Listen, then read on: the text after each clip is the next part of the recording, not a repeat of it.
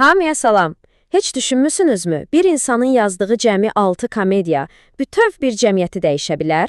Baxın, bugün biz məhz Mirzə Fətəli Axundzadədən danışacağıq.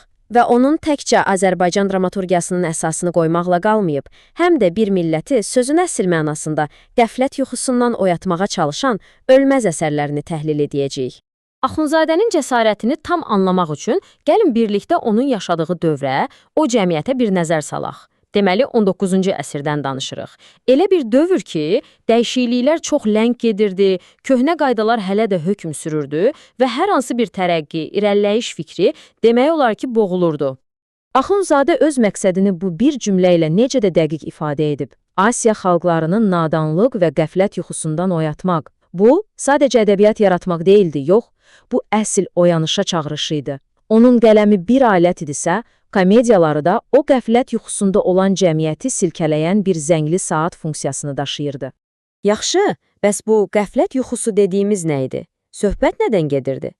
Təsəvvür edin, köhnəlmiş feodal patriarxal qaydalar, cəmiyyətin hər təbəqəsini bürüyən cəhalət, haqsızlıq, qanunsuzluq və dini fanatizm.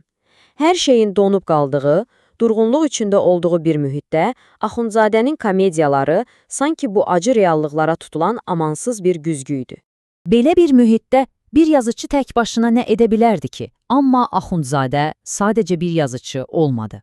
O, öz xalqı üçün tamamilə yeni bir ədəbi yol açan bir pioner, bir ideoloq oldu. Bilirsiniz, Mirzə Fətəli Axundzadəni tək bir kimliyə sığdırmaq mümkün deyil. O, həm iti qələmli bir ədibidir, həm çox dərin bir filosof, həm də cəmiyyətinin gələcəyi üçün ürəkdən çalışan bir mütəfəkkir. Onun yaradıcılığı bizim mədəniyyətimizdə, mənəvi tariximizdə sözün əsl mənasında tamamilə yeni bir səhifə açdı. Bəs o, bu yeni səhifəni necə açdı? Onun seçdiyi silah komediyalar oldu. İnanırsınızmı, cəmi 5 il ərzində yazdığı 6 komediya ilə o, yaşadığı cəmiyyətin bütün eybəcərliklərini, bütün çirkinliklərini bir-bir səhnəyə daşıdı. Və budur, həmin inqilabi əsərlər, hekayəti Molla İbrahim Xəlil Kimyagardan başlayaraq, mürafiə vəkillərinin hekayətinə qədər, cəmi 5-6 il ərzində yaradılan bu 6 komediya Azərbaycan ədəbiyyatının axarını əbədi olaraq dəyişdirdi. Bəli, düz eşitdiniz. Cəmi 5 il və 6 ölməz komediya. Bu sürət onun cəmiyyəti dəyişdirmək üçün necə tələsdiyini, itiriləcək bir anın belə olmadığını, nə qədər dərindən dərk etdiyini göstərir. Yaxşı, bəs bu komediyaları niyə bu qədər təsirli idi? Bunun çox sadə bir səbəbi var. Axundzadənin yaratdığı Hacı Qara, Monsieur Jordan kimi tiplər onun təxəyyülünün məhsulu, yəni uydurma deyildi. Onlar o dövrün küçəsində, bazarında, məclislərində rast gəlinən canlı real insanlar idi. Tamaşaçılar səhnədə öz qonşularını, bəzən hətta özlərini görürdülər və bu, satiranın təsir gücünü qat-qat artırırdı. İndi isə gəlin bu əsərlərin daha da dərinliyinə enək. Gəlin görək, Axundzadə öz komediyaları vasitəsilə cəmiyyətin hansı konkret yaralarına toxunurdu, hansı problemləri hədəfə alırdı.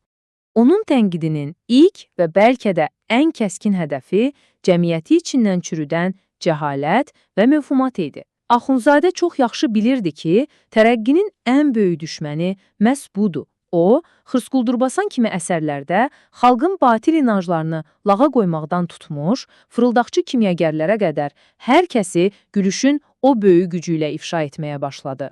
Bir anlıq saxtakar kimyager Molla İbrahim Xəlilin bu absurd tələbinə qulaq asın. İksir tamam olan zamana dək gərəkdir ki, meymunu yadınıza salmayasınız. Bu, sadəcə gülməli deyil, bu, sözün əsl mənasında dahiyanədir. İnsana filan şeyi düşünmə deyəndə, onu birbaşa o şeyi düşünməyə vadar edirsən. Axundzadə bu bircə cümlə ilə həm fırıldaqçılığın, həm də sadəlöhlüyün psixologiyasını mükəmməl şəkildə açıb göstərir. Monsieur Jordan və Dərviş Məstəli Şah komediyasına baxanda isə məfhumatın başqa bir tərəfini görürük.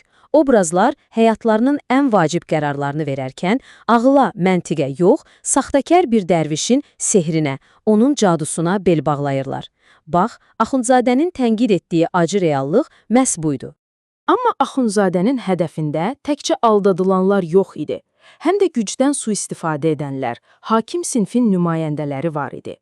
O, onların ədalətsizliyini çox amansızca tənqid edirdi. Onun pyeslərindəki xanlar, vəzirlər çox vaxt xalqı deyil, ancaq və ancaq öz ciblərini və mənsəblərini düşünən tiranlar kimi təsvir olunurdu.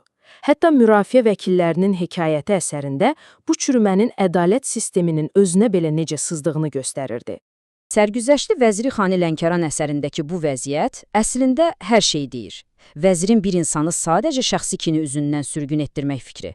Bu, o dövrün sistemində qanunun deyil, kiminsə şəxsi şıltaqlığının hökm sürdüyünü çılpaqlığı ilə göstərir.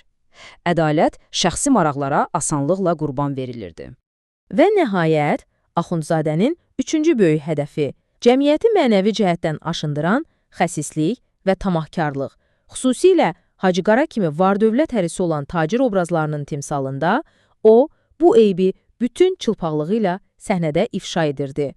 Hacı Qara komediyasındakı bu qısa dialoq hər şeyi çox gözəl xülasə edir. Ağa Mərdanın bir mirası bölüşdürmək üçün qurduğu plan onun amansız tamahını bir cümlə ilə ortaya qoyur.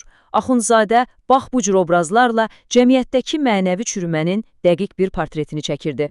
Beləliklə, bütün bu tənqidlərin, bu mübarizənin yekununda Axundzadə bizə nə miras qoydu? Onun təsiri sadəcə öz dövrü ilə məhdudlaşmadı, bu, zamanı aşaraq bugünə qədər gəlib çatdı. Axundzadənin töhfələri həqiqətən də monumental idi. O, ədəbiyyatımıza realizmi gətirdi. Təkcə Azərbaycanda deyil, bütün yaxın şərqdə dramaturgiyanın, teatr sənətinin təməlini atdı. Maarifçilik və sosial ədalət ideyalarını yorulmadan təbliğ etdi.